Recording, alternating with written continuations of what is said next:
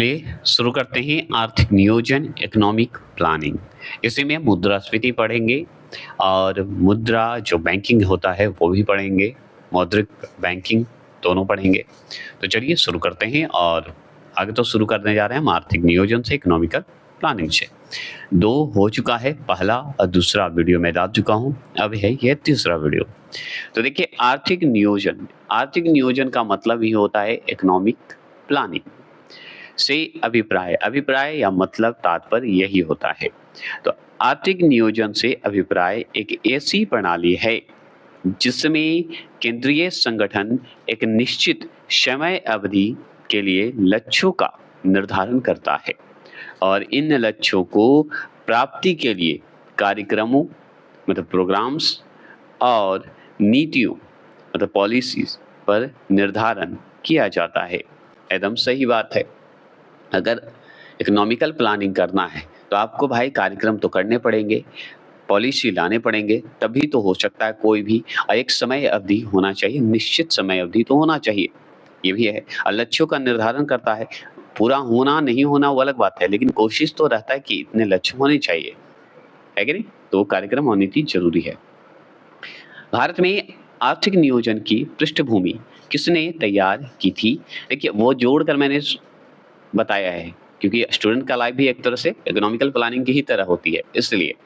अब देखिए आर्थिक नियोजन, भारत के आर्थिक नियोजन मतलब इकोनॉमिकल प्लानिंग की बात हो रही है। इसकी पृष्ठभूमि मतलब तैयार कौन किया था? तो हम बताते हैं सर एम विश्वेश्वरैया, रैया बोला जाता है। तो विश्वेश्वरैया ने किए थे। कब किए थे? तो वर्ष 1934 में किए थे। वर्ष 1944 की बात करते हैं, 1944 की बात करते हैं। में गांधीवादी योजना किसने प्रतिपादित की थी? तो हम बताएंगे श्रीमन नारायण अग्रवाल ने की थे। तो याद रखना है गांधीवादी योजना, जो गांधीवादी की योजना थी मतलब हमारे गांधी जी की योजना थी, जो कि 1944 में। इसको प्रतिपादित कौन किया? तो हम बताएंगे श्रीमन नारायण अग्रवाल ने प्रतिपादित किया था। ये भी बात हो गई। विकास का भारतीय मॉडल, विकास का भारतीय मॉडल किसके हितों को सुरक्षा प्रदान करता है? तो व्यक्ति और राज्य दोनों के हितों को क्या करता है? सुरक्षा प्रदान करता है। तो विकास का भारतीय मॉडल किसके हित को सुरक्षा प्रदान करता है, मतलब किसके लिए, किसके भलाई के लिए सुरक्षा प्रदान करता है भारतीय मॉडल? तो हम बताएंगे व्यक्ति और राज्य दोनों हित के लिए। व्यक्ति के लिए होगा, राज्य के लिए भी होगा, तभी तो व्यक्ति के लिए भी होगा, व्यक्ति के लिए होगा तभी तो राज्य के लिए होगा, मतलब एक दूसरे के लिए भी। चलिए ये हो गए। और भी सवाल है कि राष्ट्रीय योजना समिति, जिसे नेशनल प्लानिंग कमेटी बोलते हैं, का गठन किसके द्वारा किया गया था? तो सुभाष चंद्र बोस के द्वारा ही तो किया गया था। ये सवाल बहुत पूछा है यूपीएससी में, क्योंकि बहुत कम ये सवाल को पढ़ के गए हैं लोग। तो सुभाष चंद्र बोस द्वारा राष्ट्रीय योजना समिति का गठन किया गया था, जिसे हम नेशनल प्लानिंग कमेटी बोलते हैं। राष्ट्रीय विकास समिति का अध्यक्ष कौन होता है? तो भारत का प्रधानमंत्री होता है। तो भारत का प्रधानमंत्री अगर पूछे तो बताइएगा कि राष्ट्रीय विकास समिति का अध्यक्ष के रूप में हम जानते हैं। और सुनिए, राष्ट्रीय विकास परिषद, जिसे नेशनल डेवलपमेंट काउंसिल बोलते हैं, उसका गठन कब हुआ था? तो 6 अगस्त 1952 को हुआ था, मतलब 1952 को हुआ था। तो 6 अगस्त 1952 को क्या हुआ? राष्ट्रीय विकास परिषद का गठन किया गया। चलिए ये तो बात हम समझ गए। अब बात यह है कि नियोजित विकास मॉडल को भारत में कब लागू किया गया था? ये सवाल डायरेक्ट पूछा हुआ है बीपीएससी में। तो नियोजित विकास मॉडल, और याद रखिएगा बिहार एसएससी में पूछा हुआ भी है। तो नियोजित विकास मॉडल को कब लागू किया गया भारत में? 1 अप्रैल 1951 को। 1 अप्रैल 1951 से क्या हुआ? किसका विकास हुआ? नियोजित विकास मॉडल को भारत में लागू किया गया। प्रथम पंचवर्षीय योजना को किस योजना पर आधारित थी? तो हम जानते हैं अच्छे से, हेरोल्ड डोमर योजना पर आधारित थी। तो हेरोल्ड डोमर योजना पर क्या आधारित थी? प्रथम पंचवर्षीय योजना आधारित थी। अब प्रथम पंचवर्षीय योजना तो हम समझ गए। और भी सवाल सुनते हैं कि अखिल भारतीय खादी एवं ग्रामीण बोर्ड की स्थापना किस योजना के दौरान की गई थी? तो हम जानते हैं प्रथम योजना के दौरान ही तो की गई थी। प्रथम योजना मतलब प्रथम पंचवर्षीय योजना के तहत की गई थी। समझ गए? जो कि हम किसके तहत पढ़ रहे हैं? इकोनॉमिकल प्लानिंग के तहत पढ़ रहे हैं।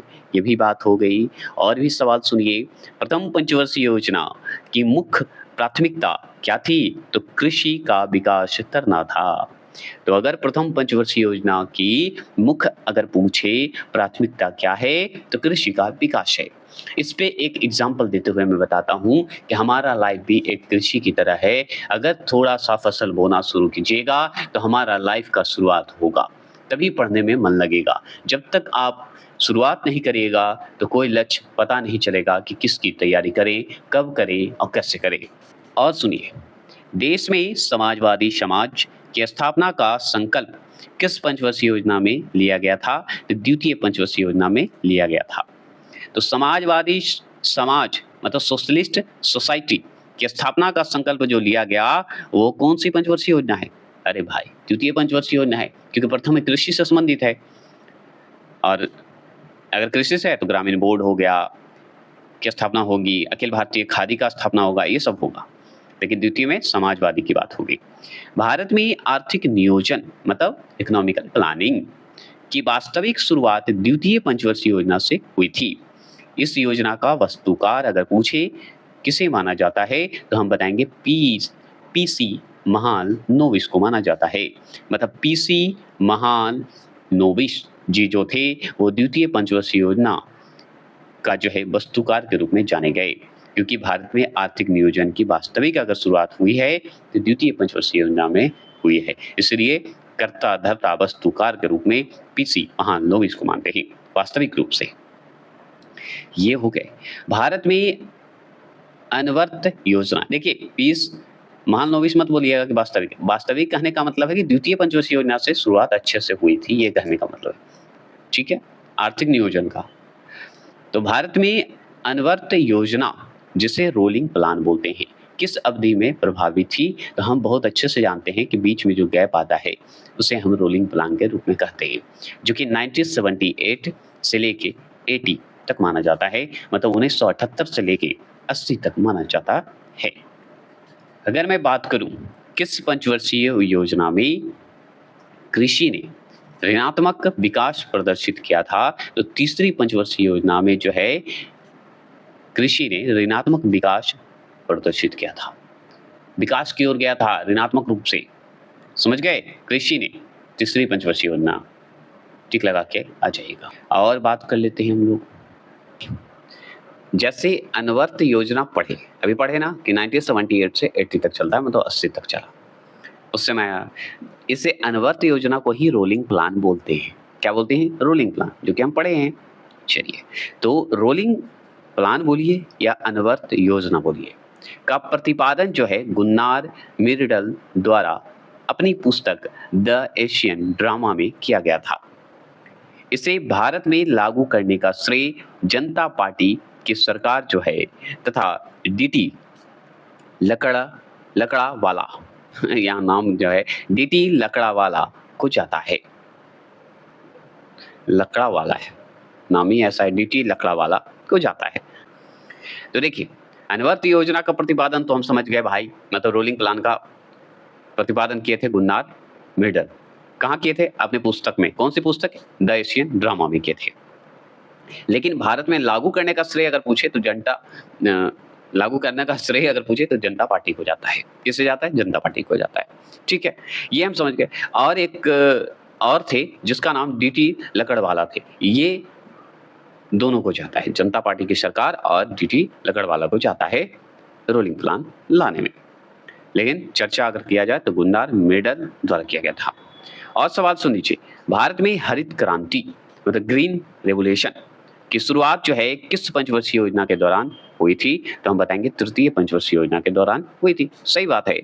भारत में अगर हरित क्रांति अगर बात करें, ग्रीन रेवोल्यूशन की बात करें, तो भाई तृतीय पंचवर्षीय योजना टिक लगा के आ जाएंगे और सही हो जाएगा।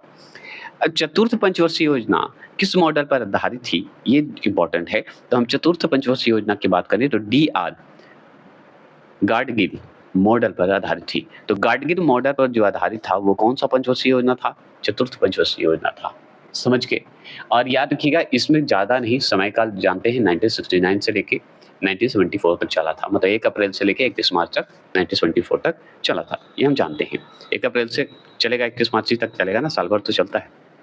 आर्थिक नियोजन इकोनॉमिकल प्लानिंग के युग के प्रारंभ से भारत की सकल राष्ट्रीय आय, जिसे ग्रोस नेशनल, क्या बोलेंगे, ग्रोस नेशनल इनकम में कृषि का हिस्सा निरंतर कम होता रहा।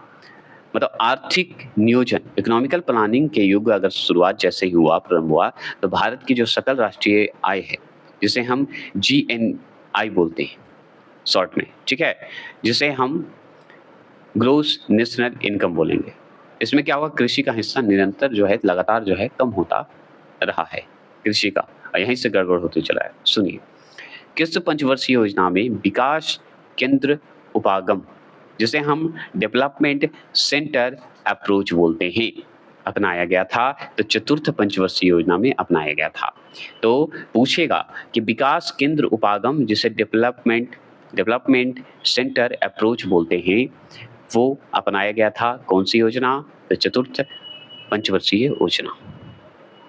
कौन सी योजना? चतुर्थ पंचवर्षीय योजना। अगर समय पूछे तो हम बहुत अच्छे से जानते हैं चतुर्थ पंचवर्षीय योजना का, कि 1969 से लेके 1974 तक रहा था। अब 1 अप्रैल से 31 मार्च तो चल ही रहा था, ठीक है। तो भारत में स्वपोषित विकास, जैसे सेल्फ डेवलपमेंट की संकल्पना सर्वप्रथम किस पंचवर्षीय योजना में अपनाई गई थी? तो चतुर्थ पंचवर्षीय योजना में अपनाई गई थी। मतलब चतुर्थ पंचवर्षीय योजना 1969 से लेके 74 तक, ये हमेशा डेट बोलते जा रहा हूँ, याद करते जाइए। तो सुपोषित विकास की संकल्पना जो है सर्वप्रथम चतुर्थ पंचवर्षीय योजना में की गई थी, सेल्फ डेवलपमेंट। चलिए, ये हम समझ गए। निर्धारित अवधि से 1 वर्ष पूर्व ही समाप्त होने वाली पंचवर्षीय योजना कौन सी थी? तो 5वीं पंचवर्षीय योजना थी। कौन सी थी? 5वीं पंचवर्षीय योजना थी। 74 से लेके 1979 तक ही चला था, ये हम जानते हैं। छठी पंचवर्षीय योजना किस मॉडल पर आधारित थी? तो आगत निर्गत मॉडल पर थी। तो आगत निर्गत मॉडल पर कौन सी योजना थी? छठी पंचवर्षीय योजना थी। छठी पंचवर्षीय योजना थी, तो भाई इसका समय काल बता सकते हैं? तो हम बताएंगे 80 से 85 तक था। मतलब 1980 से लेके 85 तक चला था छठी पंचवर्षीय योजना, और 1 अप्रैल से 31 मार्च, हमेशा डेट याद रखिएगा। अब बात करेंगे कि सामाजिक न्याय एवं समानता के साथ समृद्ध मतलब ग्रोथ पर बल जो है किस पंचवर्षीय योजना में दिया गया था? तो 7वीं पंचवर्षीय योजना में दिया गया था। तो सामाजिक न्याय हो, समानता हो, इसके साथ अगर समृद्धि पर बल की बात होगी तो हम 7वीं पंचवर्षीय योजना को याद करेंगे। अब 7वीं पंचवर्षीय योजना आ गया तो इसका समय काल याद रखिएगा, 85 से लेकर 90 तक चला था। विश्व सूत्रीय आर्थिक कार्यक्रम का शुभ आरंभ जो है किस वर्ष किया गया था? तो वर्ष 1975 में किया गया था, 1975 में किया गया था। चलिए, ये भी बात तो हम समझ गए। विश्व सूत्रीय आर्थिक योजना समझ गए, 75 में, मतलब 75 मतलब पंचवर्षीय योजना में ये बात कही गई थी। चलिए, नीति आयोग वर्तमान में पंचवर्षीय योजना के स्थान पर 15 वर्षीय दृष्टिपटल मतलब विजन डॉक्यूमेंट्स बोलते हैं, दृष्टिपटल, 7 वर्षीय रणनीति मतलब स्ट्रेटेजी एवं 3 वर्षीय कार्य एजेंडा मतलब एक्शन एजेंडा प्रकाशित करता है। मतलब सोचिए, नीति आयोग जो है पंचवर्षीय योजना के स्थान पर आया, जो कि 15 वर्षीय दृष्टिपटल पर काम करेगा, 15 वर्षीय, ठीक है, मतलब विजन डॉक्यूमेंट की तरह काम करेगा। और 7 वर्षीय एक आया, 15 वर्षीय 7 वर्षीय, जो कि रणनीति की बात करेगा। और 3 वर्षीय आएगा, 15 7 और 3 वर्षीय में कार्य एजेंडा मतलब एक्शन एजेंडा, 3 वर्ष वाला, समझ गए। तो ये अलग 15 7 3 नीति आयोग का नियम था। 7वीं पंचवर्षीय योजना में IRDP मतलब आई से होता है इंटरग्रेटेड, आर से होता है रूरल, डी से होता है डेवलपमेंट और पी से होता है प्रोग्राम, जिसे IRDP बोलते हैं शॉर्ट में। ये 7वीं पंचवर्षीय योजना के तहत अंतर्गत ये याद रखना है। और ये क्या है? रणनीति अपनाई गई थी। तो संपूर्ण परिवार के अंगीकरण का रणनीति अपनाया गया था। क्या अपनाया गया था? स्ट्रेटजी अपनाया गया था, रणनीति अपनाई गई थी। तो किसके अंतर्गत? आईआरडीपी के अंतर्गत। ये भी 7वीं पंचवर्षीय योजना में। क्लियर हो गए? समय काल 7वीं पंचवर्षीय योजना का 85 से 90। जॉन डब्ल्यू मिलर मॉडल पर कौन सी पंचवर्षीय योजना आधारित थी? तो 7वीं पंचवर्षीय योजना आधारित थी। तो डायरेक्ट पूछता है कि 7वीं पंचवर्षीय योजना जो है किस मॉडल पर आधारित थी? तो जॉन डब्ल्यू मिलर मॉडल पर आधारित थी। 7वीं पंचवर्षीय योजना का समयकाल हम बहुत बार सुने हैं, 85 से 90। और बात करते हैं कि मानव विकास के सारे विकास प्रयासों का सार जो है, तत्व जो है, किस पंचवर्षीय योजना को माना गया है? तो हम बताएंगे 8वीं पंचवर्षीय योजना को माना गया है। तो 8वीं पंचवर्षीय योजना का समयकाल 92 से 97 तक, 5 साल तक याद रखना है। तो विकास प्रयासों का सार तत्व किस पंचवर्षीय योजना को माना गया है? तो 8वीं पंचवर्षीय योजना को माना गया है मानव विकास के सार के रूप में। उसी से जुड़ा है ना। भारत में आर्थिक नियोजन मतलब इकोनॉमिकल प्लानिंग की अवधि के दौरान कितनी बार योजना अवकाश मतलब प्लान हॉलिडे लाया गया था? तो 3 बार लाया गया है। 3 बार लाया गया है, जो कि 3 एक वर्षीय योजना आया था, वार्षिक योजना आया था, और 2 एक वार्षिक योजना आया था, जो कि योजना अवकाश के रूप में हम समझते हैं। ठीक है, जिसे हम प्लान हॉलिडे बोलते हैं। चलिए, महिला अंश योजना किस पंचवर्षीय योजना से जो है प्रारंभ की गई थी? तो 9वीं पंचवर्षीय योजना से शुरू की गई थी। तो 9वीं पंचवर्षीय योजना से महिला अंश योजना शुरू की गई थी। ये भी हो गए। और भी सुन लीजिए कि सर्व शिक्षा अभियान की शुरुआत जो है किस पंचवर्षीय योजना के आरंभिक वर्ष से हुई थी? तो 10वीं पंचवर्षीय योजना के समय हुई थी। और 10वीं पंचवर्षीय योजना का समय काल बोले तो 9वीं पंचवर्षीय योजना का तो मैंने नहीं बताया। 9वीं का सुन लीजिए 1997 से लेके 2002 तक। अब 2002 से लेके 2007 तक जो है 10वीं पंचवर्षीय योजना चलेगी।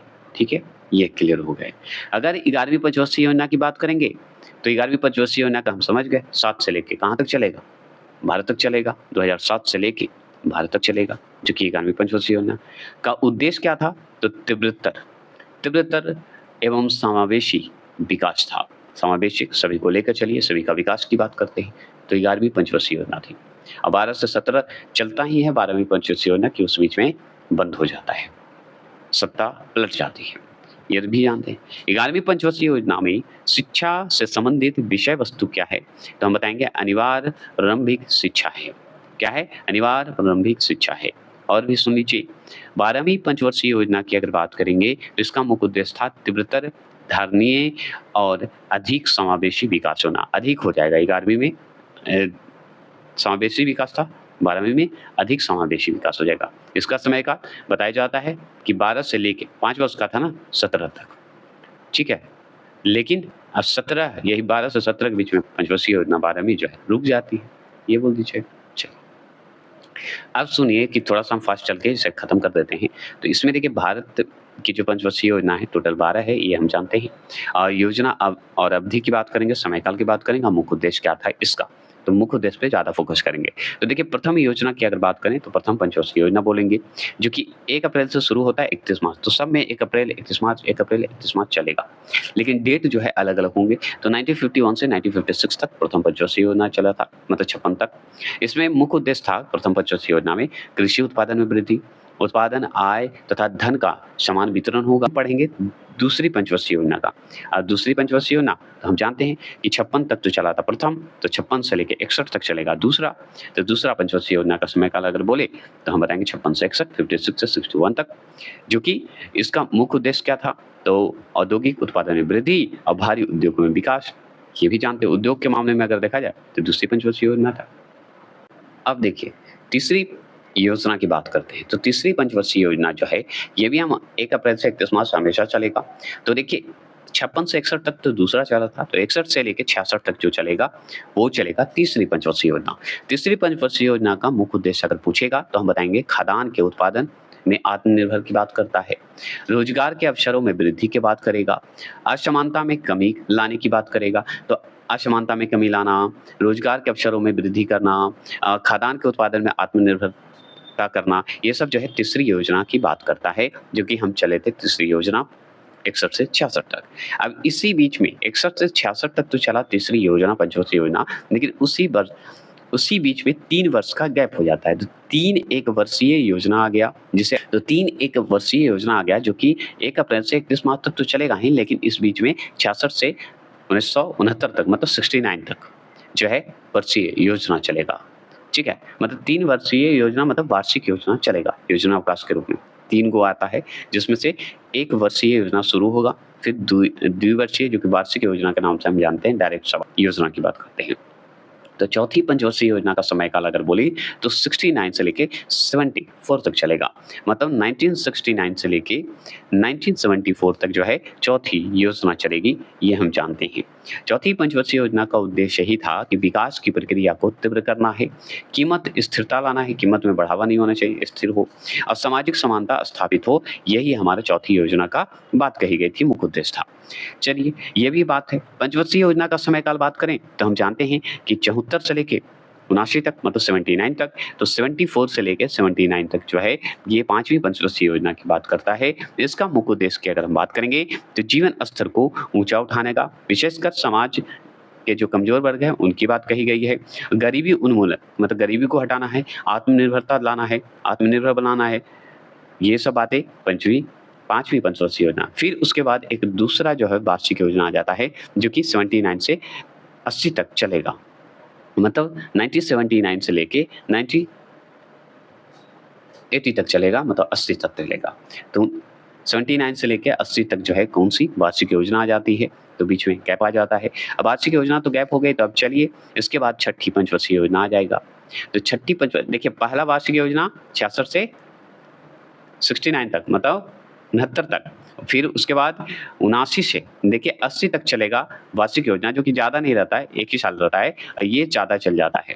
ठीक योजना वो ज़्यादा नहीं रहेगा, 1 ही साल रहेगा, 1 साल बाद फिर से आ जाएगा पंचवर्षीय योजना, जो कि छठी पंचवर्षीय योजना के नाम से जानेंगे, जो कि 80 से लेकर 85 तक चलेगा, छठी पंचवर्षीय योजना। इसमें जो मुख्य उद्देश्य था छठी पंचवर्षीय योजना में, वो था निर्धनता का उन्मूलन करना, असमानता में कमी लाना, आधारित संरचना का विकास करना। ये सब जो है छठी योजना का मुख्य उद्देश्य था। योजना की बात करते हैं तो 7वीं की बात करते हैं।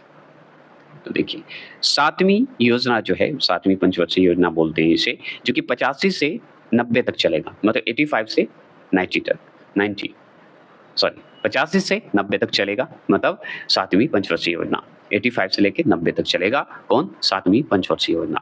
अब 7वीं पंचवर्षीय योजना का उद्देश्य क्या था तो पता है, रोजगार के नए अवसरों को सृजित करना, मतलब बढ़ावा देना, नए रोजगार देना, और कृषि उत्पादकता में वृद्धि देना, कृषि पर ध्यान देना। 7वीं पंचवर्षीय योजना में होश में आए लोग, समझ गए। तो 85 से 90। अब उसी बीच में 2 एक वर्षीय योजना आ गया। देखिए, 3 वर्षीय एक बार आया था, जो कि 66 से कितना आया था बताइएगा, 69 तक आया था। फिर बीच में वार्षिक योजना आया था, जो कि वार्षिक योजना मतलब 1 साल का आया था, जो कि 1979 से लेके 1980 मतलब 80 तक आया था। अब दो एक वर्षीय योजना आया, मतलब 2 वर्ष का आया, जो कि 90 से लेके 92 तक चलेगा। ठीक है, 90 से लेके 92 तक चलेगा। तो ये 2 एक वर्षीय योजना आया था, जो कि इसके बाद फिर 92 से फिर आ जाएगा 8वीं पंचवर्षीय योजना आ जाएगा, जिसमें 92 से लेकर 97 तक रहेगा। शताब्दी के अंत तक मानव शक्ति को पूर्ण उपयोग करना, ये लक्ष्य रखा गया था 8वीं योजना में। और प्राथमिक शिक्षा को सर्वव्यापी बनाना है, यह 8वीं पंचवर्षीय योजना में। एक आधारित संरचना को सुदृढ़ बनाना, ये भी 8वीं पंचवर्षीय योजना का नियम था। ये भी समझ गए। अब यहाँ पे है 9वीं पंचवर्षीय योजना और 10वीं पंचवर्षीय योजना। तो 9वीं पंचवर्षीय योजना की अगर बात करेंगे तो 97 से लेकर 2002 है। तो 97 से लेकर 2002 तक जो चलेगा वो 9वीं पंचवर्षीय योजना की बात होगी। इसका मुख्य उद्देश्य एक ही था, कृषि एवं ग्रामीण विकास की ओर ध्यान देना और कीमत स्थिरता के साथ जो है समृद्धि मतलब ग्रोथ करना और जनसंख्या वृद्धि पर रोक लगाने की बात कही गई है 9वीं पंचवर्षीय योजना में। चलिए, ये भी बात सही है। इसके मॉडल मैं पढ़ा चुका हूँ, कमेंट कर सकते हैं तो करिएगा, हर मॉडल का अलग अलग नाम है। अगर बात करें 10वीं पंचवर्षीय योजना की अगर बात करेंगे तो इसका समय 2002 से लेकर 2007 तक चलेगा। इसका मुख्य उद्देश्य यही है कि उपयोग के स्तर में वृद्धि तथा स्वास्थ्य एवं शिक्षा संबंधी सुविधा में सुधार लाना। ठीक है, लाकर क्या करना है, जीवन की गुणवत्ता को बेहतर बनाना है।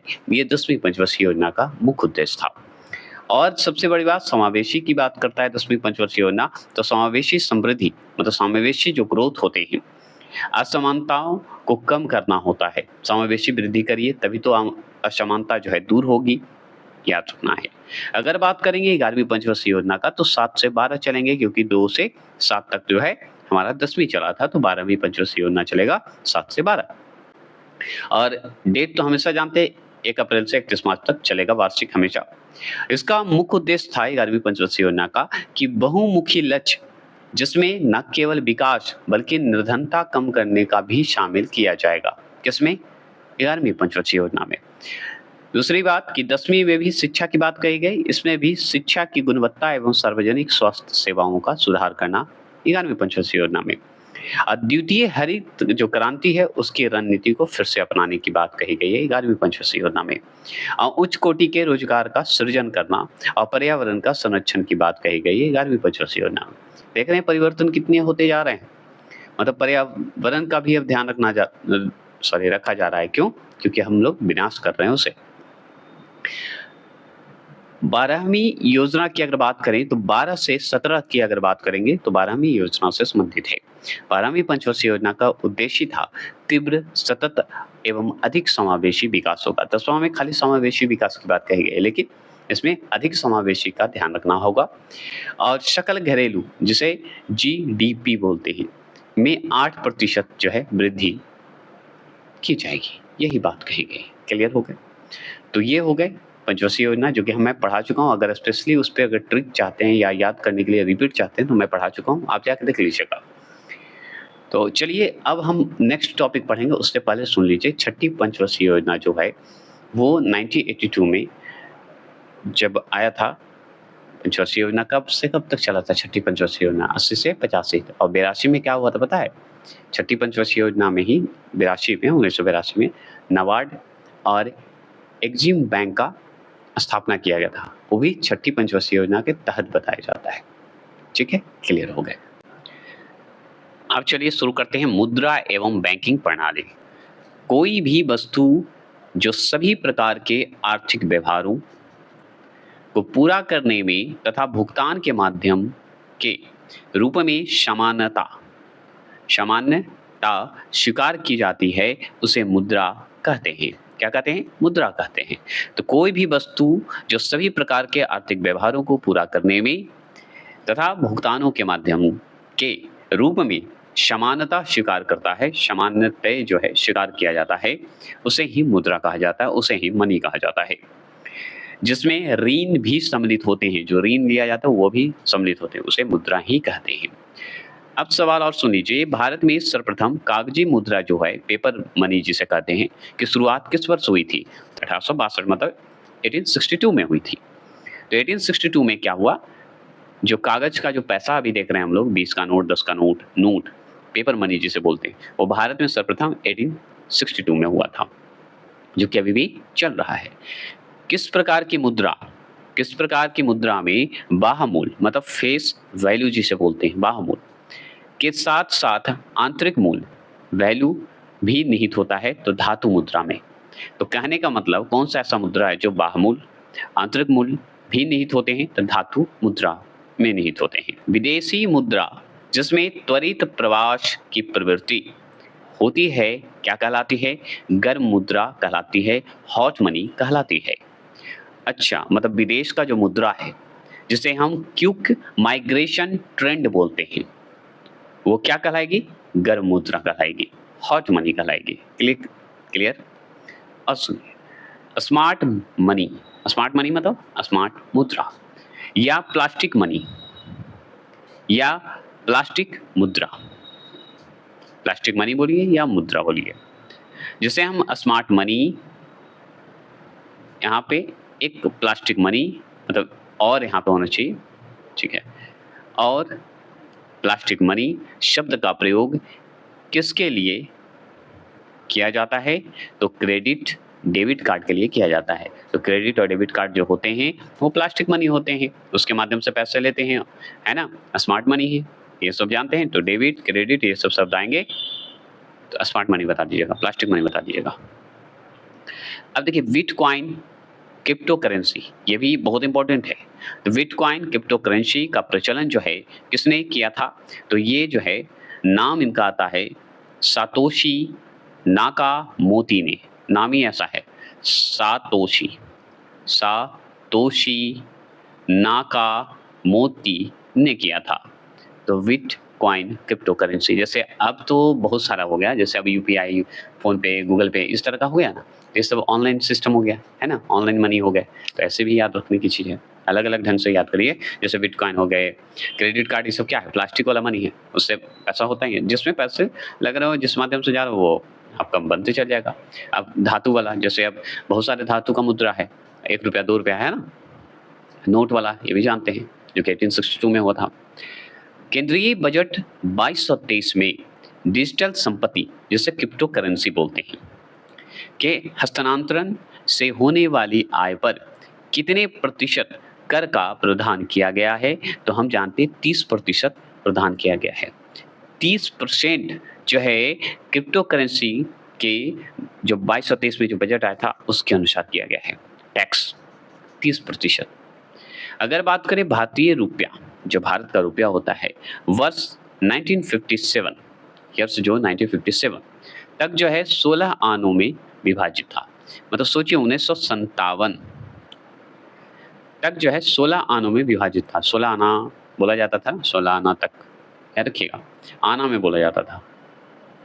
इसके पश्चात जो है दशमिक मुद्रा प्रणाली, जो कि डेसिमल करेंसी सिस्टम आया था, दशमलव वाला, अपनाई गई।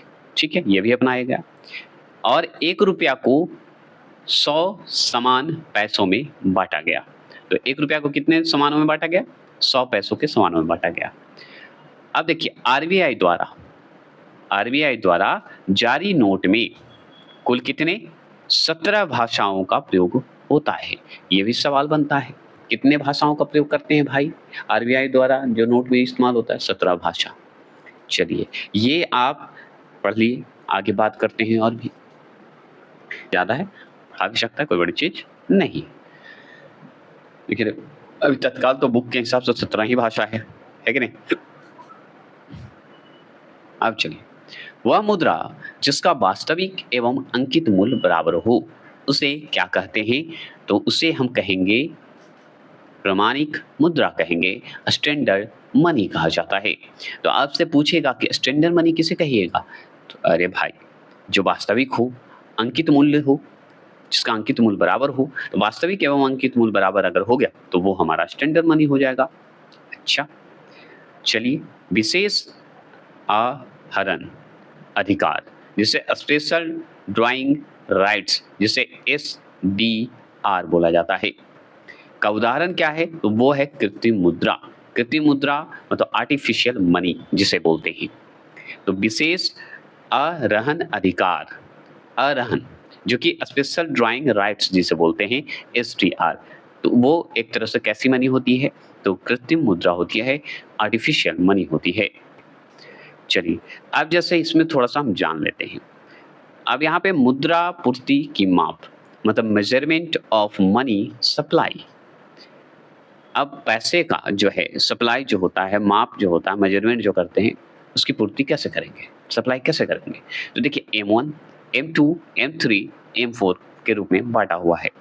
M1 में है कि लोगों के पास मुद्रा व सिक्का, मुद्रा कहिए या सिक्का, प्लस बैंकों के पास नगद जमा, बैंकों के पास नगद जमा कर दीजिए, प्लस रिजर्व बैंक के पास अन्य जमा, मतलब वो अन्य बैंकों का जमा होगा, अन्य बैंकों से। तो ये जो होते हैं वो संकीर्ण मुद्रा के रूप में जो है इसे आप बोल सकते हैं, जो कि बहुत ही संकीर्ण है। चलिए ये हो गए। अगर M2 में देखा जाए तो M1 वाला प्लस डाकघरों की मांग, जो मांग होता है, जमा होता है वो, तो M1 में तो समझ गए कि ये संकीर्ण मुद्रा है, प्लस डाकघरों के मांग जमा, ये भी बोल सकते हैं। मतलब ये सब मिला के तो है M1 हो गया, M1 हो गया प्लस डाकघरों की मांग हो जाएगा जमा, तो वो हो जाएगा M2 में आ जाएगा। ये मुद्रा की पूर्ति करने का तरीका है, मेजरमेंट का तरीका है। M3 का अगर बात करें तो M3 बराबर हो जाएगा M1, तो सब में रहेगा, तो M1 प्लस बैंकों के पास जो समय के साथ जो बनाया हुआ है वो रहेगा। M4 में आ जाता है कि मुद्रा पूर्ति करने के लिए मेजरमेंट ऑफ मनी सप्लाई करने के लिए M4 में M3 को तो जोड़ दीजिए, क्योंकि ये जो समय अवधि है उसको तो M3 में आ जाएगा। तो M3 प्लस डाक घरों के कुल जमा जो होता है या मांग कहिए या समय अवधि का जमा होता है, वो सारा इसमें M4 में सम्मिलित हो जाएगा। किस प्रकार की मुद्रा का दुर्लभ मुद्रा, जिसे हार्ड करेंसी कहते हैं, से तात्पर्य है? तो क्या तात्पर्य है? मतलब हार्ड करेंसी से तात्पर्य है तो जिस मुद्रा की, जिस मनी की विश्व बाजार में आपूर्ति की अपेक्षा जो है मांग अधिक हो जाए, तो उसे हम हार्ड करेंसी कहेंगे। मांग अगर अधिक हो गया तो। चलिए, भारत में मुद्रा गुणक, जिसे मनी मल्टी पिलर बोलते हैं, तो भारत में मुद्रा गुणक को जो है किस रूप में परिभाषित किया जाता है? तो आरक्षित मुद्रा के रूप में किया जाता है, रिजर्व के रूप में करते हैं, आरक्षित मुद्रा के रूप में करते हैं। चलिए, ये भी बात है।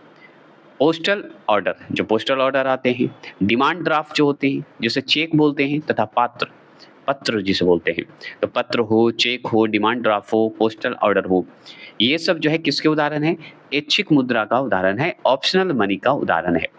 सही बात है, चेक जो है क्या ऑप्शनल मुद्रा का उदाहरण है। मतलब इतना चेक लिख दिया भाई, आपके अकाउंट से कट जाएगा, जमा करने जाएगा तो ऐच्छिक मुद्रा के भी नियम हैं, मतलब ऑप्शनल मनी के भी नियम हैं। हर ढंग का मनी, अगर ये पढ़ के जाते हैं तो आपका नहीं छूटेगा, अगर आ गया इकोनॉमिक्स में से कोई भी क्वेश्चन तो मनी से। भारत में सिक्कों की ढलाई किस स्थान पर होती है? ये सबसे ज्यादा पूछा हुआ सवाल है, VBI सवाल है, याद रखिएगा। तो सिक्कों की ढलाई होती होगी ना, सिक्कों की जो बनता होगा, कहाँ पे बनता है भारत का? तो मुंबई में बनता है, कोलकाता में बनता है, हैदराबाद और नोएडा, जो कि दिल्ली यूपी का बॉर्डर बोलिए, नोएडा में। तो मुंबई, कोलकाता, हैदराबाद, नोएडा में जो है सिक्कों की ढलाई होती है, याद रखने की चीज है। अब जैसे कि और सवाल पूछता है कि 1 रुपया का नोट जो है किसके द्वारा जारी किया जाता है? तो वित्त मंत्री द्वारा जारी किया जाता है, जिस पर वित्त सचिव के हस्ताक्षर होते हैं। इतना तो हम समझ गए।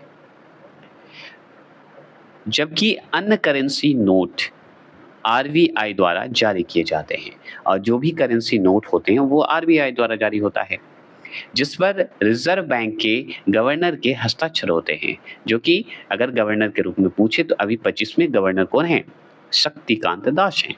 और प्रथम अगर RBI गवर्नर पूछता तो हम स्मिथ जी को बोलते, सर स्मिथ को बोलते। तो बात करें मुद्रा के एस्थेटिक, जो एस्थेटिक जिसे बोलते हैं, एस्थेटिक्स मतलब एस्थेटिक्स, और गत्यात्मक मतलब डायनेमिक कार्यों का विभाजन जो है किसने किया है? तो पॉल एनजिग ने किया है।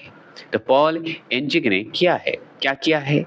तो मनी का जो है एस्थेटिक्स रूप से, डायनेमिक रूप से ये विभाजन किया है। तो पॉल जी किए हैं, पॉल की तरह खड़े रहते हैं, पॉल एनजिगल ने किया है।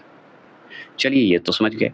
भारत में जो मुद्रा है, मनी है, एवं शाखा का नियंत्रण जो होता है, ब्रांच का जो कंट्रोल होता है, किसके द्वारा किया जाता है? तो भारतीय रिजर्व बैंक के द्वारा ही तो किया जाता है, नहीं तो पैसे छपते चल जाते, गरीबी कभी नहीं आती। तो कंट्रोल किया जाता है, क्योंकि वैल्यू भी तो होना चाहिए मुद्रा का।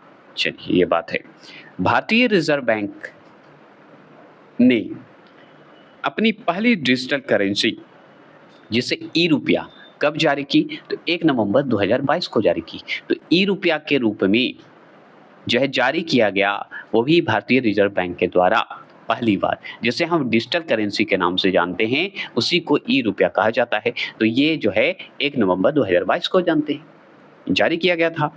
चलिए, तो डिजिटल करेंसी कब आया? 1 नवंबर 2022 को। चलिए, नॉन फंजिबल टोकन 22 तक तो आया था, तो शुरुआत तो अच्छा से नहीं हुआ था, अब तो देखिए ऑनलाइन होता है। तो नॉन फंजिबल टोकन, जिसे NFT बोलते हैं, से तात्पर्य है ब्लॉकचेन। क्या बोलेंगे? ब्लॉकचेन प्रौद्योगिकी पर आधारित एक डिजिटल परिसंपत्ति है। अब बात करें कि सर्वप्रथम आधुनिक बैंकिंग का विकास जो है किस देश में या किस देश में हुआ? तो हम बताएंगे नीदरलैंड्स में हुआ था। कब हुआ था? 1609 में हुआ था। सोचिए, 1609 में ही हो गया था। तो 1609 में जो है नीदरलैंड्स देश में आधुनिक बैंकिंग का विकास हुआ था। रेलवे में पूछा हुआ सवाल है, बिहार एसएससी में पूछा हुआ सवाल है, सुन लीजिए। भारतीय रिजर्व बैंक, जिसे हम आरबीआई बोलते हैं, इसकी स्थापना वर्ष अगर पूछता है तो हम बताते हैं 1935। लेकिन पूरा अगर पूछे तो 1 अप्रैल 1935 को। लेकिन कौन से अधिनियम के तहत ये आया था? तो अधिनियम जो आया था 1934 के अधिनियम के अनुसार आया था। मतलब भारतीय रिजर्व बैंक अधिनियम 1934 के तहत जो है ये प्रावधान लाया गया था। और स्थापना अगर पूर्णतः पूछ रहा है तो 1 अप्रैल 1935 बताइएगा। इसको अस्थायी रूप से अगर बात करेंगे ना, तो याद रखिएगा कोलकाता तो शुरुआत में था, ठीक ना? अगर अस्थायी रूप से पूछेगा तो मुंबई में हो गया था। अस्थायी रूप से अगर मुख्यालय पूछे आरबीआई का तो मुंबई चला गया था। कब चला गया था? 1937 में। ये भी बता दे रहा हूँ, नहीं तो कहिएगा कि गलत बता दिए। तो दोनों जानकारी दे दिया मैंने। अब चलिए आगे चलते हैं। भारत में जो है केंद्रीय बैंक की स्थापना का प्रथम प्रयास जो है किस आयोग ने किया था? तो हम बताएंगे 1914 में किया गया था और ये चैम्बरलिन आयोग ने किया था। तो चैम्बरलिन आयोग के नाम से जो है ये बना था, जो कि 1914 में बना था। और ये भारत में केंद्रीय बैंक की स्थापना का प्रथम प्रयास था। इंपीरियल बैंक ऑफ इंडिया की स्थापना जो है किस वर्ष की गई थी? तो वर्ष 1921 में की गई थी। 2021 में किया गया था। तो वर्ष 1921 में इंपीरियल बैंक ऑफ इंडिया की स्थापना की गई थी। भारत में विदेशी विनिमय संचय का रखरखाव किसके द्वारा किया जाता है? बता सकते हैं? तो हम बताएंगे भारतीय रिजर्व बैंक के द्वारा किया जाता है, आरबीआई द्वारा किया जाता है। विदेशी जो भी होते हैं। अगर बात करें भारतीय रिजर्व बैंक को कितने मूल्य तक के करेंसी नोट छापने का अधिकार प्राप्त है? तो 10,000 तक छापने का अधिकार है। ठीक है, 10,000 तक। भारतीय रिजर्व बैंक जो है आरबीआई के कितने मूल्य तक जो है करेंसी नोट छापने का अधिकार है? तो 10,000 तक है। अगर बात करेंगे कि देश की सरकार एवं केंद्रीय बैंक द्वारा जारी नोट व सिक्के कौन सी मुद्रा होती है? तो हम बोलेंगे वैध मुद्रा होती है, लीगल मुद्रा होता है। लीगल टेंडर भी कर सकते हैं इसे, लीगल मनी भी कर सकते हैं, लीगल टेंडर भी कहिए। तो देश की सरकार एवं केंद्रीय बैंक द्वारा जो जारी नोट होते हैं या सिक्के होते हैं वो वैध मुद्रा होते हैं, लीगल टेंडर होते हैं। अगर कोई और छापेगा तो अवैध हो जाएगा, जो कि हम देखते हैं नकली नोट भी छप जाते हैं। विश्व के किस बैंक को केंद्रीय बैंकों की मां, मदर ऑफ सेंट्रल बैंक्स की संज्ञा दी गई है? तो बैंक ऑफ इंडिया को दी गई है, बीओआई को दी गई है, बैंक ऑफ इंडिया को दिया गया है। भारत में मुद्रा संबंधित नोटों के निर्गमन प्रणाली किस पर आधारित है? तो न्यूनतम आरक्षित प्रणाली पर आधारित है। चलिए हम समझ गए, न्यूनतम जो रिजर्व होते हैं उस प्रणाली पर, सिस्टम पर आधारित है। न्यूनतम आरक्षित पद्धति, जिसे मिनिमम रिजर्व सिस्टम बोलते हैं, के अंतर्गत जो है एक वित्तीय वर्ष में नए नोट निर्गमित करने की प्रक्रिया में भारत रिजर्व बैंक, जो कि 200 करोड़ का एक संरक्षित कोष रखेगी। कितने रखेगी? 200 करोड़ का रखेगी, संरक्षित रखेगी। भंडार कोष, भंडार के रूप में यूज करते हैं, जिसमें 115 करोड़ मूल्य का सोना, मतलब 115 करोड़ मूल्य का जो है प्राइस का जो है सोना रहेगा, गोल्ड रहेगा, तथा 85 करोड़ की जो है अंतर्राष्ट्रीय मुद्रा, इंटरनेशनल करेंसी होगी। क्या है? 200 करोड़ संरक्षित कोष, 115 करोड़ सोना और 85 करोड़ अंतर्राष्ट्रीय मुद्रा होंगी। तो सुनिए, भारत में ट्रेजरी बिल किसके द्वारा बेचे जाते हैं? तो भारतीय रिजर्व बैंक के द्वारा बेचे जाते हैं। तो भारत में ट्रेजरी बिल जो होते हैं किसके द्वारा बेचे जाएंगे? भारतीय रिजर्व बैंक के द्वारा बेचे जाएंगे। भारत में सिक्के जारी करने तथा नियंत्रित करने का कार्य कौन करता है? रिजर्व बैंक ऑफ इंडिया करता है। तो रिजर्व बैंक ऑफ इंडिया क्या करता है? वो करता है सिक्के को जारी करेगा, नहीं तो नियंत्रित करेगा, मतलब कंट्रोल करने का काम करता है, कार्य करता है भारत में। प्रथम क्षेत्रीय ग्रामीण बैंक जो होते हैं, जिसे फर्स्ट रीजनल रूरल बैंक बोलते हैं, की स्थापना जो है किस वर्ष की गई थी? तो बताएंगे वर्ष 1975 में की गई थी। तो स्थापना किस वर्ष की गई? प्रथम क्षेत्रीय ग्रामीण बैंक अगर पूछे तो बताएंगे 1975। अगर मान लीजिए वाणिज्य पत्र की बात करें, कमर्शियल पेपर की बात करें, तो किसके लिए शाख का स्रोत है? तो निगम, कॉरपोरेशन जो होते हैं, उद्योग जो होते हैं, उसके लिए है। इंद्रधनुष योजना का संबंध जो है किससे है? तो बैंकों की वित्तीय सुधार से है। तीन धनुष का योजना बैंक के वित्तीय जो सुधार होते हैं उससे संबंधित है। अगर वर्ष 2011 में सूक्ष्म वित्त संस्थाएं जिसे माइक्रो फाइनेंस इंस्टीट्यूट बोलते हैं, किस समिति की अनुशंसा पर स्थापित की गई थी? तो वाई.एच. मालेगामा समिति के तहत की गई थी। किसके द्वारा? वाई.एच. मालेगामा समिति के तहत की गई थी। भारतीय रिजर्व बैंक के जो है लेखा वर्ष की अवधि जो है 1 जुलाई से 30 जून तक है। 1 जुलाई से 30 जून तक माना जाता है, जिसे हम अकाउंटिंग ईयर बोला जाता है। लेखा वर्ष को क्या बोलते हैं? अकाउंटिंग ईयर्स बोलते हैं। आरबीआई ने जो है अपने लेखांक वर्ष, जिसे अकाउंटिंग ईयर्स बोल सकते हैं, को जुलाई जून से परिवर्तित कर अप्रैल मार्च करने का निर्णय लिया। तो आरबीआई ने जो लेखांक वर्ष होते हैं, अकाउंटिंग ईयर्स जो होते हैं, जून जुलाई में था, वो परिवर्तित करके अप्रैल मार्च कर दिया गया है, निर्णय लिया है। इसके अंतर्गत जो है आगामी जो लेख ईयर होते हैं, अकाउंटिंग ईयर जो होंगे, जुलाई 2020 से लेके 31 मार्च 2021 तक 9 महीनों की अवधि तक रहा। कितने तक? 20 से 21 तक 9 महीने तक रहा। उसके पश्चात जो है सभी जो अकाउंटिंग ईयर्स होते हैं, लेखीय वर्ष जो होते हैं, 1 अप्रैल 31 मार्च तक होगा। तो 1 अप्रैल 31 मार्च, 1 अप्रैल 31 मार्च ऐसे होंगे। पहले था कि जो है आरबीआई का क्या था? जून जुलाई में था, जो कि जुलाई 20 से लेके 31 जो है मार्च 2021 तक रहा, 9 महीने की अवधि तक रहा। फिर उसके बाद बदल दिया गया और 1 अप्रैल से 31 मार्च कर दिया गया। समझ गए? तो याद रखने वाली बात है। आरबीआई का ये आ गया, तो 1 अप्रैल से 31 मार्च देखते हैं, बहुत बैंक बिजी रहता है, ज़रूरी रहता है। अब कुछ-कुछ छूट गया तो सुन लीजिए। एक है कि भारत में जो बैंकों द्वारा जो प्राथमिक ऋणदान से क्या तात्पर्य है, ये पूछता है कि प्राथमिक जो क्षेत्र ऋणदान है, उससे क्या मतलब है? तो कृषि, रुक जाइए, कृषि याद रखिएगा, लघु एवं छोटे उद्यम, जो लघु और छोटे उद्योग होते हैं वो होंगे, और दुर्लभ वर्गों को ऋण देने की बात कही जाएगी। जो छोटा उद्योग करना चाहेंगे उनको भी दिया जाएगा। एक पॉइंट और है कि ग्रेशम, ठीक है, ग्रेशम का नियम किससे संबंधित है? तो हम बताएंगे मुद्रा प्रचलन से, मनी प्रचलन से है। और एक है वाणिज्य बैंक, ठीक है। वाणिज्य बैंक किस सूची का जो है आता है, या किस सूची के अंतर्गत आता है? तो संघ सूची में आता है। वाणिज्य बैंक जो है संघ सूची में आएगा, है कि नहीं सर? हाथ में आएगा। भारतीय रुपया विश्व की 5वीं ऐसी मुद्रा है जिसका अपना प्रतीक है, अपना सिंबल है। इसका चिन्ह जो है रुपया ऐसे इंडिकेट कर देता है ना, र लिख के काट दिया जाता है। डी उदय कुमार द्वारा डिजाइन किया गया था।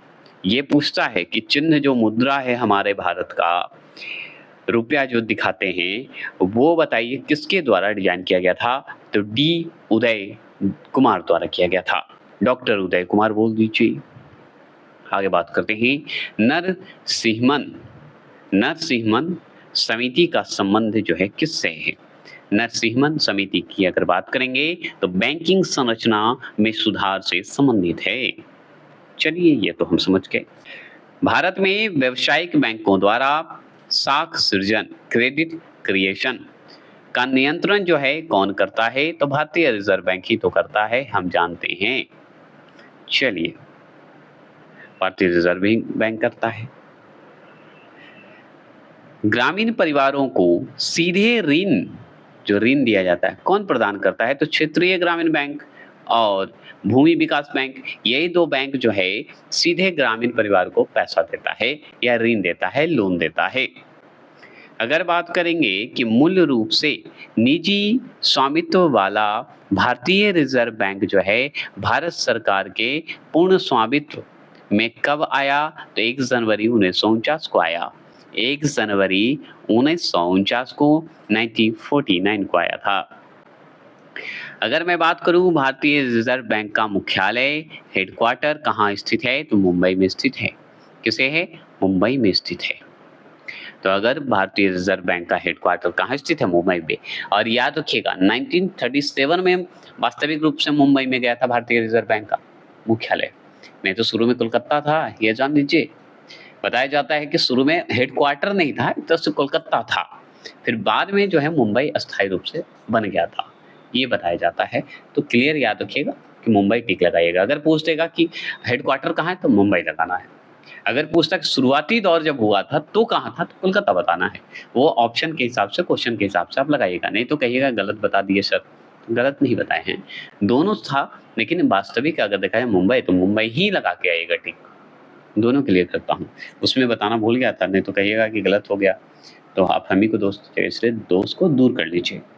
भारतीय रिजर्व बैंक के 4 मुद्रणालय, भारतीय रिजर्व बैंक के 4 जो हैं प्रेस होते थे जहां मुद्रा छपती थी।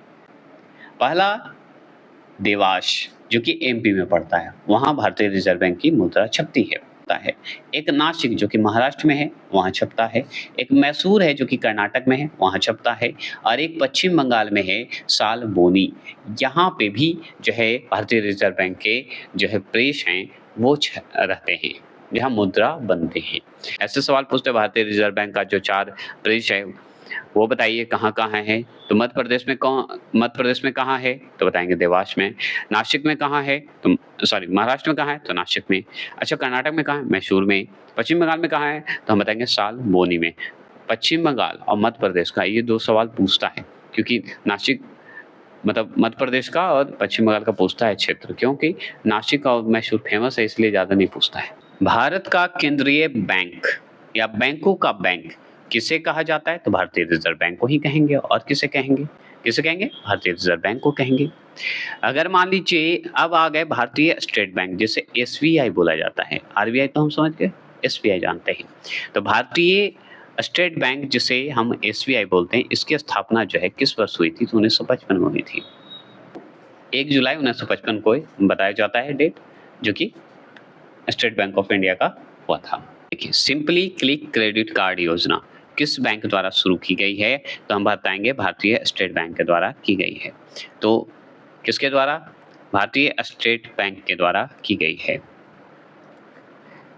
भारत में प्रथम महिला बैंक, भारतीय स्टेट बैंक का समझ गया ना, 1 जुलाई 1955 को हुआ था। ये भी इंपीरियल बैंक के तहत ही आता है, ये बात याद रखिएगा। ये हम आगे बात करेंगे, इसको छोड़िए, इतना बस जानिए कि 1955 में हुआ था। अब भारत में प्रथम महिला बैंक की स्थापना कब और कहाँ की गई, तो हम जानते हैं मुंबई में ही की गई थी, 19 नवंबर 2013 को की गई थी। तो 19 नवंबर 2013 को मुंबई में क्या किया गया था, महिला बैंक की स्थापना की गई थी प्रथम भारत में। भारत में किस बैंक को चीन में सबसे पहले अपनी शाखा स्थापित की थी, तो भारतीय स्टेट बैंक ही किया था, जो कि चीन में। तो निजी जो बैंक होते हैं, निजी भारतीय बैंक जिसे हम पर्सनल बैंक भी बोलते हैं, से जो है किसने चीन में सर्वप्रथम अपनी ब्रांच जो है स्थापित किया, तो एक्सिस बैंक ने स्थापित किया था। कौन किया था, एक्सिस बैंक ने। ये भी सवाल पूछा हुआ है। चलिए ये तो क्लियर हो गए। अगर मैं बात करूं और, तो देखिए सार्वजनिक क्षेत्र के 12 बैंक हैं जो सार्वजनिक क्षेत्र में जो काम कर रहे हैं। वो कितने बैंक हैं, 12 बैंक हैं। कौन कौन है, तो आगे तो भारतीय स्टेट बैंक है, हम जानते हैं। बैंक ऑफ इंडिया है, ठीक है, बीओआई जिसे बोलते हैं। बैंक ऑफ बड़ौदा, ये भी जानते हैं। बैंक ऑफ महाराष्ट्र, ये भी जो है सब काम कर रहा है सार्वजनिक रूप से सभी के लिए। यूनियन बैंक ऑफ इंडिया, ये भी है हमारा union bank of India. UCO bank, Punjab national bank, Indian overseas bank, ये भी आपका सार्वजनिक क्षेत्र में आता है। सेंट्रल बैंक ऑफ इंडिया, ये भी हमारा आता है। पंजाब एंड सिंध बैंक, ये भी आता है आपका सार्वजनिक क्षेत्र में। इंडियन बैंक और केनरा बैंक, ये सब जो हैं 12 बैंक जो हैं अभी जो हैं आपका क्या है, सार्वजनिक क्षेत्र का बैंक है, जो कि सभी के लिए काम करता है। आप ये सब चीज़ों में खाता खुलवा सकते हैं, सभी ढंग से खुलवा सकते हैं। ये हो गए, तो ये हो गया हमारा। और याद रखिएगा पॉइंट जो मैं बताता हूँ हमेशा वो सुन लीजिए। विश्व का प्रथम केंद्रीय बैंक जो है वो है रिक्स बैंक, जिसे पूरा नाम बोलते हैं ब्रिजेश रिक्स बैंक बोला जाता है, जो कि विश्व का प्रथम केंद्रीय बैंक है और जिसकी स्थापना जो है 1668 में की गई थी और वो भी स्वीडन में हुई थी। सही है। तो भारतीय रिजर्व बैंक में कौन से पूर्व गवर्नर भारत के प्रधानमंत्री भी बने, तो डॉक्टर मनमोहन सिंह बने थे, जो कि पूर्व गवर्नर थे आरबीआई का, ठीक है, जो कि भारत के प्रधानमंत्री भी थे और अब तो मृत्यु होगी उनकी। और याद रखना है कि पॉइंट जो होता है, शिवरमन सिंह समिति की अनुशंसा पर 1982 में राष्ट्रीय कृषि एवं ग्रामीण विकास बैंक, जिसे हम नाबार्ड बोलते हैं, की स्थापना की गई थी। तो नाबार्ड की स्थापना जो है 1982 में किया गया था और किसकी अनुशंसा पर? तो सिमरमन सिंह समिति की अनुशंसा पर की गई थी नाबार्ड की स्थापना, जिसे नाबार्ड को हम राष्ट्रीय कृषि एवं ग्रामीण विकास बैंक भी बोलते हैं। चलिए आगे चलते हैं। तो देखिए, भारत में बैंकिंग व्यवस्था के विस्तार एवं वित्तीय समावेशन को ध्यान में रखकर 19 जुलाई 1969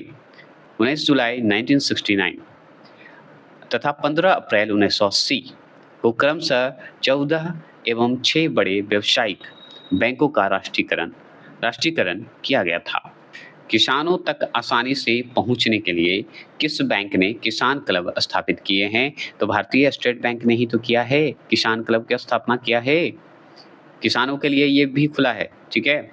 भारत में पहला इस्लामिक बैंक कहाँ स्थापित किया गया? तो कोची में। कोची कहाँ? केरल में। केरल में स्थापित किया गया था इस्लामिक बैंक, जो कि भारत का पहला बैंक है।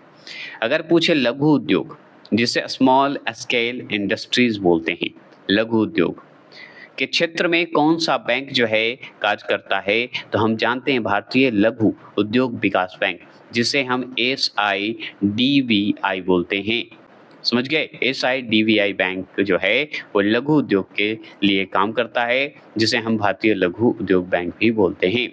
प्रथम बैंक जिसे क्रेडिट कार्ड कब और किस देश द्वारा निर्गत किया गया था? तो बैंक ऑफ अमेरिका द्वारा किया गया था। कब? 1959 में किया गया था। 1959 में क्या किया गया? क्रेडिट कार्ड को जो है प्रथम बैंक क्रेडिट कार्ड खुला था, जो कि बैंक ऑफ अमेरिका द्वारा ये निर्गत किया गया था, चालू किया गया था। क्षेत्रीय ग्रामीण बैंक जिसे रीजनल रूरल बैंक भी बोलते हैं, की स्थापना कब हुई थी? तो 2 अक्टूबर 1975 को हुई थी। 2 अक्टूबर हमारे गांधी जी का दिन है, 1975 में हुआ था। ये जान लीजिए, किसका? क्षेत्रीय ग्रामीण बैंक का। अगर पूछे फिनेजी लैंड बॉक्स, लेंडन क्लब, रूपी सर्कल तथा फेयर सेंट आदि जो है पीयर टू पीयर ऋण उपलब्ध कराने वाले क्या हैं? कुछ प्रमुख प्लेटफॉर्म्स हैं। अब सुनिए, भारत के किन राज्यों में क्षेत्रीय ग्रामीण बैंक, जिसे RRB भी बोलते हैं, रूरल रहेगा, रीजनल रूरल बैंक बोलते हैं, कार्यरत नहीं है? तो सिक्किम और गोवा में जो है ग्रामीण बैंक नहीं है। ये जान लीजिए, भारत के सिक्किम और गोवा में। भारत के किस व्यावसायिक बैंक, जो कमर्शियल बैंक जिसे बोलते हैं, सबसे पहले चलती फिरती ATM, जिसे मोबाइल ATM बोलते हैं, सेवा की शुरुआत की? तो वो किया था ICICI बैंक ने। ICICI बैंक ने शुरू किया था मोबाइल ATM, चलती फिरती जिसे ATM बोलते हैं। लघु एवं मध्यम उद्योग को ऋण उपलब्ध कराने हेतु किस समिति का गठन किया गया था? तो नायक समिति का गठन किया गया था, जो कि 1993 में किया गया था, वर्ष 1993 में किया गया था। भारत में नाबार्ड जो है किन बैंकों को? तो अनुसूचित व्यापारिक बैंकों, जो क्षेत्रीय ग्रामीण बैंक होते हैं, और राज्य भूमि विकास बैंक को करता है। तो अनुसूचित व्यापारिक बैंकों, क्षेत्रीय ग्रामीण बैंकों और राज्य भूमि विकास बैंकों को करता है। नाबार्ड का मुख्यालय कहाँ स्थित है? मुंबई में स्थित है, ये हम जानते हैं। तो बैंकों की पूंजी पर्याप्तता के मापन के लिए किस अंतर्राष्ट्रीय मानक, मतलब स्टैंडर्ड का प्रयोग किया जाता है? तो बेसल नॉर्म्स का प्रयोग किया जाता है। और सुनिए, वर्ष 1995 से लेकर 96, मतलब 95 से लेकर 96 में स्थापित ग्रामीण अवस्थापना विकास कोष, जिसे रूरल इंफ्रास्ट्रक्चर डेवलपमेंट फंड का लेखा जोखा कौन रखता है? तो राष्ट्रीय कृषि एवं ग्रामीण विकास बैंक रखता है। तो स्वाभिमान कार्यक्रम का प्रमुख उद्देश्य क्या है? तो ग्रामीण निर्धनों के घरों तथा बैंकों को पहुंचाना, ये काम है स्वाभिमान कार्यक्रम का। किस समिति की अनुशंसा पर भारत में जोखिम परिसंपत्तियों के 9% न्यूनतम पूंजी पर्याप्तता का प्रावधान किया गया है, तो वो नरसिम्हन समिति के तहत किया गया है। नरसिम्हन समिति के तहत किया गया। सहकारी शाखा समितियों जिसे कोऑपरेटिव क्रेडिट सोसाइटीज, ठीक है, या कमेटी भी बोल सकते हैं, का ढांचा कैसा है, तो त्रिस्तरीय है। कैसा है? त्रिस्तरीय है कि एनपीए जिसे गैर निष्पादक परिसंपत्ति बोलते हैं, जिसे हम नॉन परफॉर्मिंग एसेट्स बोलते हैं, से संबंधी जो विवाद होते हैं उसे निस्तारण करने का उद्देश्य जो है वर्ष 1993 में किस न्यायिक संस्था को लाया गया, किस न्यायिक संस्था की स्थापना की गई, तो ऋण वसूली प्राधिकरण की बात की गई, डीआरटी की शुरुआत की गई। डायरेक्ट यही पूछा है, डीआरटी की शुरुआत की गई। चलिए, अगर बात डिबेट होता है ऐसे, डिबेट है ना, debate recovery tribunal, DRT short में बोलते हैं। कर्ज को लौटाने में समर्थ होने के बावजूद जानबूझकर कर्ज न लौटाने वाले ऋणी को किस नाम से जाना जाता है, तो इरादतन चकूकर्ता, ठीक है, विलफुल डिफॉल्टर के नाम से जाना जाता है।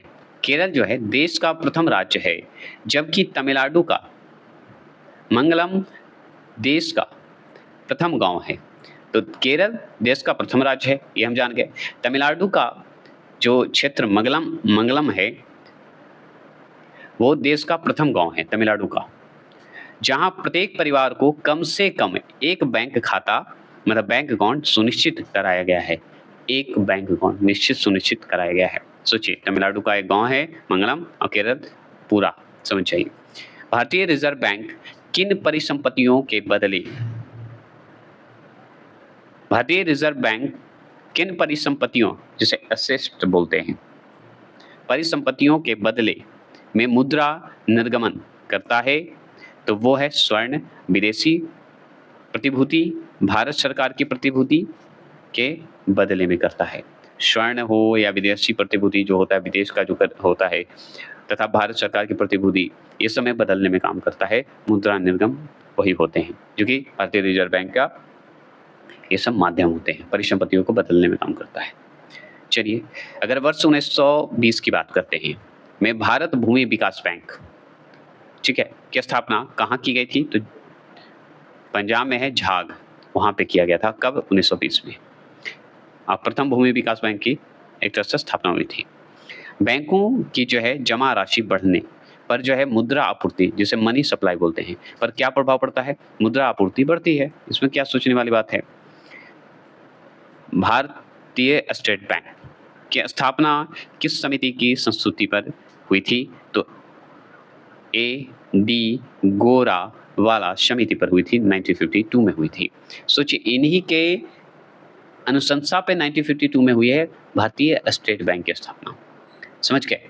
भारतीय स्टेट बैंक की स्थापना इनकी स्तुति पे हुई थी। और ये जो समिति आई थी, कब आई थी? एस.टी. गोरा वाला समिति 1952 में, ये बात है, ठीक है। केंद्रीय बैंक का सर्वाधिक महत्वपूर्ण कार्य कौन सा है, तो देश में पत्र मुद्रा, पेपर करेंसी का निर्गमन करना होता है, जो कि केंद्रीय बैंक का सर्वाधिक महत्वपूर्ण कार्य कही। असंगठित क्षेत्र को या असंगठित क्षेत्र की आश्रितता को कम करने के लिए, जो आश्रित होते हैं, नबार्ड द्वारा कौन सा कार्यक्रम चलाया गया है, तो हम बताएंगे स्वयं सहायता समूह चलाया गया है। समझ गए? जो आश्रित रहते हैं उसको कम करने के लिए कि भाई अपने पे भी रहिए, तो स्वयं सहायता समूह चलाया गया है। गुजरात में सेल्फ एम्प्लॉयड वुमेन एसोसिएशन, जिसे सेवा बोलते हैं, गुजरात में, और केरल में कुदुम श्री जैसे स्वयं सहायता समूह जो है सूक्ष्म वित्त पोषण तथा उद्यम प्रशिक्षण हेतु स्थापित किए गए हैं। तो केरल में किस नाम से? कुदुम श्री के नाम से। गुजरात में सेल्फ मतलब सेवा के नाम से, मतलब सेल्फ एम्प्लॉयड वुमेन एसोसिएशन के नाम पे स्वयं सहायता समूह जो है ये स्थापित किया गया था। इसके माध्यम से यहाँ 2 क्षेत्र में, गुजरात और केरल में, याद रखने वाली बात है। बस इतना ही।